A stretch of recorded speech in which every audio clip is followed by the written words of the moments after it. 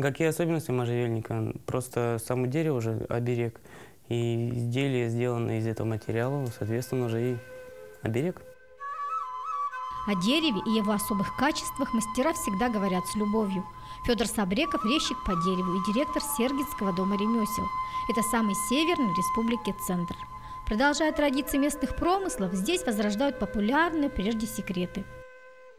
Ну, в основном я использую липу, так как в нашей местности более такой подходящий материал. Он легче поддается обработке. Ну и можжевельник использую. Его больше я использую для мелких работ. Кружек, бочонков маленьких, фляжек. Нравится у можжевельника запах. Алексей Першин занят бандарной работой. Кадушки, квасники, бочки – это по его части. Промысел был такой раньше одним из популярных. Только в Вятской губернии в конце XIX века было более 4000 бандарей. Большинство из них, это около 1000 мастеров, жили в Глазовском уезде. Промысел развивался именно там, где есть материал. Понимать дерево – это знание, на котором держится и современное ремесло. Ну, выдержать надо примерно полгода, чтобы он нормально вырезался и не лопался, и не трескался. Летом он сам по себе доходит, то есть температура окружающей среды, скажем так, и он сам по себе высыхает. Но один минус: и сухой становится тверже, соответственно, значит и вырезать сложнее уже. Бывает такое, что срезал, и у него смола красная вся, как будто кровь. А чуть пройдет время, он наоборот темнеет. Ну, по своей структуре очень своеобразное дерево. И ведет себя неадекватно. Вот, к примеру, сушим его, вроде сухой, вырезать начинаешь, и треснул, лопнул, все. Почти все кустари-посудники – земледельцы-крестьяне. Промысел же составляет для них лишь подсобное занятие. К производству кустари приступают по окончании полевых работ с осени, с Семенова дня и Покрова. Именно производством посуды занимались многие бандари и резчики по дереву. Сейчас кадушки, катки, тарелки известны разве что музейным сотрудникам, а прежде их знала каждая хозяйка. Кушали бурты да и русские тоже, вообще все крестьяне, из больших деревянных чаш или блюд, тарелок. Какие-то были чаши открытые, какие-то вот такие вот закрытые в виде горшков, а какие-то и просто с крышкой, чтобы то, что подали на стол, не так скоро остывало. Деревянные тарелки делали самых разных форм. Встречались среди них и настоящие шедевры. Ее сделал неизвестный нам мастер из деревни Весьякар, это ныне Глазовский район. Вот. Можно прочитать, что здесь написаны это слова из православной молитвы «Хлеб наш насущный дашь нам днесть». И в центре вот можно разглядеть, что вырезан сноп, вырезан цеп, и вот здесь вот еще какой-то предмет, который мы не видим, и часть плуга с лемехом. Мастер может сделать до 10 жбанов в день. Ковшей и совков вырезает штук по 7-8 в день, корыт по 3-4 штуки. Мелкая посуда, бочонки и катки распространяются на мелких сельских ярмарках и базарах. Бураки и жбаны продаются преимущественно в городе Вятке скупщиками гуртом, а последние развозят их по ярмаркам, писалось в документах. Особо вот такие вот изысканные бочонки с носиком. И причем носик был всегда сделан из дощечки, на которой есть как бы отросток. Это веточка, которой из веточки сделали носик. Вот. В это отверстие, значит, напиток наливается, а из носика наливается уже по каким-то другим более мелким емкостям. Вот. Пили из маленьких ковшей, либо потом позднее из таких вот деревянных стаканчиков, которые удмурты называли пучарка.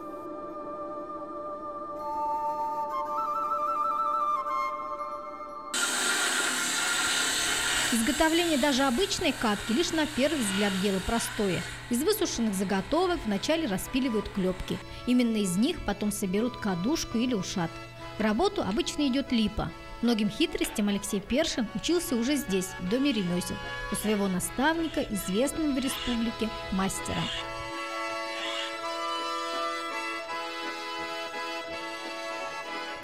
В Сергинском доме ремесел не только восстанавливают промыслы, но и заняты поиском новых идей.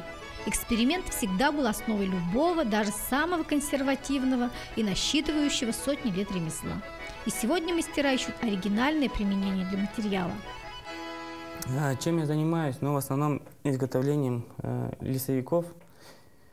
Пробую и мужиков и на бочке, и охотников. А лесовик кто такой? Это у нас символ Дома ремесел. То есть это уже наш бренд, скажем так, по какому, в принципе, Дом ремесел знают.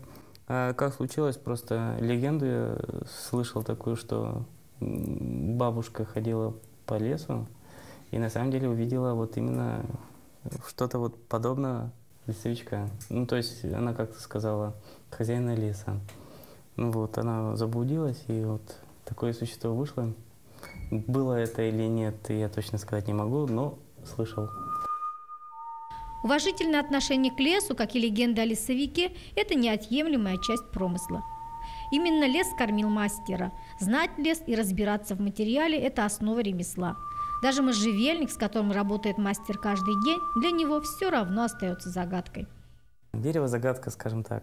Во-первых, бывает кусок мягкий, на самом деле, ну, податливый. Бывает до того твердый, что на самом деле оставляешь, потому что лучше из него сделать ручку для ножа, там еще что-то, на ручку для резца, потому что твердый, как камень, грызет, но не режется. Некоторые мягкие. Все зависит, видать, от какой почвы. Поиск необычных решений был в характере и у старых мастеров. Казалось бы, обычную ложку, но ее умели сделать с хитринкой. Как, например, дорожную ложку, что сейчас хранится в музее. Вот она в сложенном виде вот так вот занимает очень мало места. Вот. Значит, чтобы поесть суп там или кашу, нужно разложить вот это вот все сюда. И получается очень такое плотная такая рукоятка. Вот с одной стороны столовая ложка, а с другой стороны ложка чайная. Все подогнано друг к другу, все детали. Из напиленных дощечек будем сейчас изготавливать вот такие вот клепки для ушата или для бочки, без разницы. Это же у нас уже высушено все. Снято. Здесь шире, здесь уже, чтобы конусообразная была катка, скажем так. А здесь будем сейчас снимать угол, чтобы она у нас круглая потом была. Здесь все рассчитано до миллиметра. Размер угла и число клепок зависят от размера днища и предполагаемого объема. Рассчитать диаметр, величину окружности изделий и объем мастера умели, даже не обучаясь в школе. Все эти премудрости передавались вместе с ремеслом.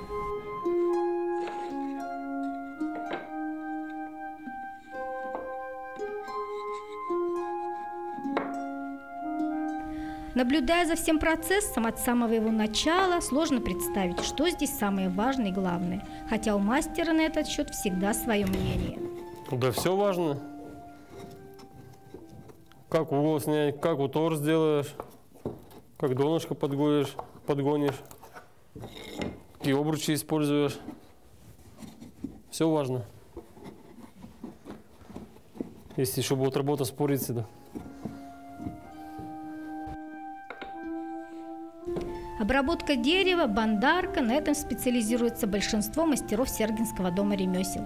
Собрав по крупицам опыт прежних мастеров, изучив старые образцы, здесь ищут и свое решение. Ну, это все, вот, как сказать, традиционное, на основе старинных изделий, сделаны уже современные, но на старинный лад. Как, например, ведра, квасники, луган. Так что они все действующие, но мы потихоньку отходим от этой технологии изготовления клепок и переходим более, скажем так, долговечный и проще простой работе. Например, вот эта кружка сделана с элементами бандарки и токарки.